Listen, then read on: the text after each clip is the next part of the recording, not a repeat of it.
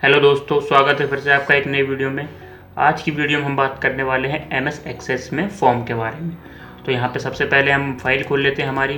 तो ये मेरे पास ऑलरेडी फाइल बनी हुई है, इसे हम टेबल बोलते हैं। इसके बाद चलते हैं हम क्रिएट में, और क्रिएट में हमने पिछली बार टेबल्स बनाना देख लिया था। आज हम देखेंगे फॉर्म्स को क्रिएट करना। तो पहले हम जान लेते हैं फॉर्म होता क्या है। तो देखिए, जब भी आप कहीं पे एडमिशन लेते हैं या फिर कहीं पर भी आप कोई किसी तरह का भी एडमिशन लेते हैं, जैसे कोचिंग हो गया या फिर किसी कॉलेज में हो गया, तो वहाँ पे आपको एक फॉर्म सबमिट करना होता है। फॉर्म क्यों लिया जाता है? ताकि वो आपकी इन्फॉर्मेशन को स्टोर कर सकें अपने पास। तो यहाँ पे भी जब हमें टेबल में कोई डेटा स्टोर करना होगा या टेबल में डेटा देखना होगा, तो वो हम करेंगे फॉर्म के थ्रू। अब आप ये भी सोच सकते हैं कि डेटा तो हम टेबल में भी देख सकते हैं और डेटा को टेबल में भी भर सकते हैं, तो फिर फॉर्म कैसे डिफरेंस हुआ? तो देखिए, फॉर्म इस तरीके से डिफरेंस होता है कि उसमें जो है हम डेटा एक एक करके इनपुट कर सकते हैं, मतलब 1 बाय 1 करके। जैसे कि आपसे कोई टेबल भरने को बोल दिया जाए और एक फॉर्म भरने को बोल दिया जाए, तो आप फॉर्म को ज़्यादा प्रेफर करोगे टेबल की तुलना में। क्यों? क्योंकि फॉर्म का एक प्रॉपर लेआउट होता है जिसमें आप डेटा भरते हो, तो आपको डेटा भरने में भी थोड़ा सा अच्छा लगता है। जबकि आप किसी टेबल में डेटा भरते हो तो गलती होने के चांसेस ज़्यादा होते हैं फॉर्म की तुलना में। और फॉर्म में डेटा देखना ईजी होता है। फॉर्म में आप डेटा देखोगे तो आपको आसान लगेगा, जबकि एक टेबल में आप डेटा देखोगे तो वो काफ़ी थोड़ा सा आपको क्या बोल सकते हैं जिसको, कॉम्प्लेक्स रहेगा, कठिन रहेगा डेटा को देखना। तो यहाँ पे हम फॉर्म को यूज़ क्यों करेंगे? डेटा को भरने के लिए और डेटा को 1 बाय 1 देखने के लिए। क्योंकि यहाँ पे आप देखोगे तो सबका इकट्ठा रिकॉर्ड देखेगा, जबकि हम फॉर्म का यूज़ करेंगे एक एक करके डेटा को देखने के लिए। तो आई होप आपको समझ में आ गया होगा फॉर्म क्या होता है। तो देखिए, फॉर्म को क्रिएट करने के यहाँ पे बहुत सारे तरीके होते हैं। तरीके मतलब कि जैसे कि सबसे पहले आपको दिख रहा होगा फॉर्म, फिर दिख रहा होगा स्प्लिट फॉर्म, फिर मल्टीपल आइटम्स, फिर पाइवट चार्ट, ब्लैंक फॉर्म और मोर आइटम्स में भी बहुत सारे होते हैं, और एक फॉर्म डिज़ाइन होता है। तो यहाँ पे ये जितने भी आपको दिखाई दे रहे हैं, ये सब लगभग आप मान लीजिए कि एक ऑप्शनल होते हैं। इनका आप यूज़ करो नहीं भी करो तो भी कोई समस्या नहीं है। पर लेकिन जो हमारा मेन काम जो फॉर्म को बनाने का रहेगा, वो हमारा रहेगा फॉर्म डिज़ाइन में से। क्योंकि आपने देखा होगा जब हमने टेबल्स बनाई थी तो हमने टेबल कहाँ से बनाई थी? टेबल डिज़ाइन से। तो यहाँ पे भी हम फॉर्म जो बनाएंगे वो अच्छे से बनाएंगे, वो फॉर्म डिज़ाइन से बनेगा। बाकी इन सबको हम देख लेते हैं, जिनमें से मैं अभी 2 नहीं बताऊंगा। एक पाइवट चार्ट नहीं बताऊंगा और एक आपका पाइवट टेबल नहीं बताऊंगा, क्योंकि ये सेम टू सेम किसकी तरह है? आपके इन दोनों की तरह है, पाइवट टेबल व्यू और पाइवट चार्ट व्यू। तो इनको मैं इकट्ठा बताऊंगा किसी अलग वीडियो में। फिलहाल हम देख लेते हैं ये फॉर्म्स के बारे में।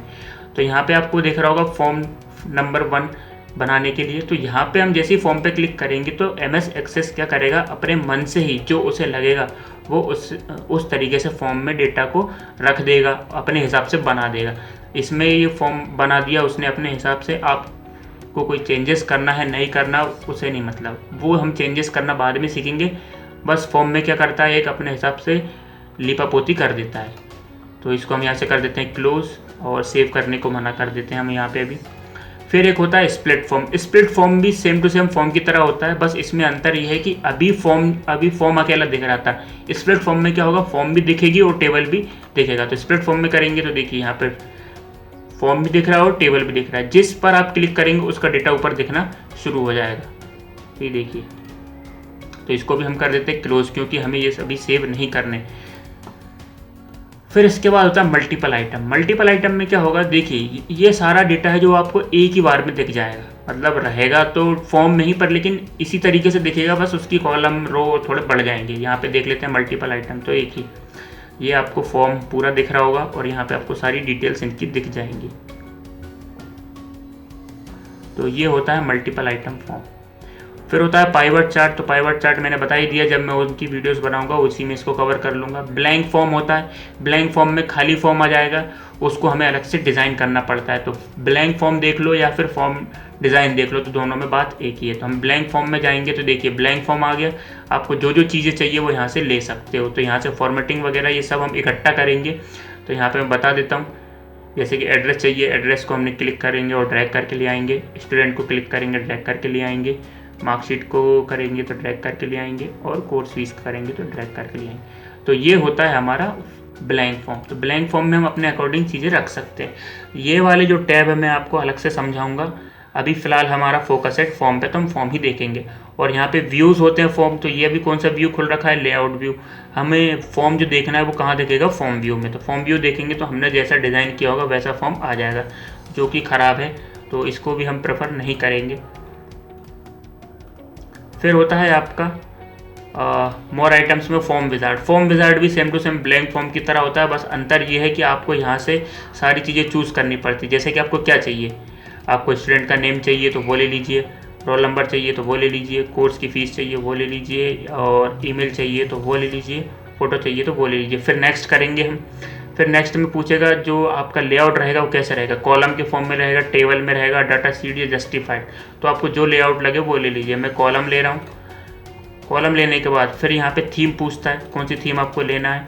तो जो आपको थीम लगे वो आप थीम ले सकते हो। तो यहाँ से मैं ये ले लेता हूँ, ये वाली थीम या फिर ये वाली, और फिर नेक्स्ट करेंगे और फिनिश। तो यहाँ पे आप देखेंगे जो थीम और जिस तरह का आपने जो जो डेटा लिया था वो यहाँ पे आ चुका है। तो इस तरीके से हम किसी भी डेटा को देख सकते हैं। फिर होता है डेटा शीट। डेटा शीट में कुछ अंतर नहीं है, सेम टू सेम टेबल की तरह ही होता है, बस अंतर इतना है कि ये फॉर्म होता है और वो टेबल होती है। बाकी दिखेगा डेटा ऐसे ही, कोई खास अंतर नहीं आएगा। ये देखिए, ये आपकी टेबल है और ये आपका फॉर्म है। फॉर्म की पहचान कैसे होगी, तो यहाँ से इसके सिंबल से पहचान होगी। ये सिंबल ऐसा आपको देखेगा, ये फॉर्म है और ये है जो आपका टेबल है। यहाँ पर भी इसी से पता चलेगा ये फॉर्म है और ये टेबल है। तो ये भी सेम टू सेम उसी की तरह होता है, तो इसमें भी कोई खास अंतर नहीं आएगा। इसको भी हम सेव से हटा देते हैं। फिर होता है मॉडल डायलॉग। तो मॉडल डायलॉग में क्या होगा, जैसे डायलॉग बॉक्स होता है। डायलॉग बॉक्स मतलब जैसे कि आपने किसी चीज़ पे क्लिक किया और सामने आपके एक अलग विंडो ओपन हो गई और उसमें आप डेटा देख सकते हो। तो यहाँ पे हम मॉडल डायलॉग को जैसे ही ओपन करेंगे तो यहाँ पे भी ये पूछेगा आपको कौन कौन सी चीज़ें रखनी है। जैसे स्टूडेंट का नेम रखना है, कोर्स की फ़ीस रखनी है, या फिर ईमेल रखना है। तो जो जो चीज़ आपको रखनी है, और जैसे ही रखने के बाद यहाँ से आप इसका व्यू चेंज करेंगे तो फॉर्म व्यू में जाएंगे हम। तो ये देखिए इस तरीके से डायलॉग बॉक्स में आ रहा है। जैसे कि आपने पहले देखा था तो पहले कैसा आ रहा था, पहले इसी के साथ आ रहा था, लेकिन अब ये एक अलग से विंडो में आ रहा है। तो जब कोई डेटा छोटी विंडो में हमें दिखाई देता है तो उसे हम बोलते हैं डायलॉग बॉक्स। और इसको आप ओके कर देंगे। यदि आप सेव करना है तो कर दीजिए, नहीं करना है तो कोई बात नहीं। तो इसको भी हम कर देते हैं क्लोज, और जो हमने अभी बनाया था वो भी कर दिया क्लोज। और फिर होता है पाइवट टेबल। तो मैंने बता ही दिया कि कब देखेंगे हम उसको। फिर होता है फॉर्म डिज़ाइन। फॉर्म डिज़ाइन जो होता है वो हमारा ओरिजिनल फॉर्म की डिज़ाइनिंग होती है। तो इसके लिए मैं एक अलग से वीडियो बना दूंगा, क्योंकि इसमें यदि मैं बताने लग जाऊंगा तो ये बहुत ही लंबा खिंच जाएगी और फिर आप लोग देखते देखते बोर हो जाओगे, जो कि आपके लिए भी ख़राब है और मेरे लिए भी। तो आई होप आपने वीडियो में कुछ नया सीखा होगा। मिलते हैं अगले वीडियो में जिसमें हम बात करेंगे फॉर्म के डिज़ाइनिंग की। आज हमने सिर्फ बात की है फॉर्म को कितने तरीके से हम बना सकते हैं। हमारा जो ओरिजिनल तरीका रहेगा वो फॉर्म डिज़ाइन ही रहेगा। तो मिलते हैं अगली वीडियो में जिसमें हम फॉर्म डिज़ाइन की बात करेंगे। तब तक के लिए पीस आउट।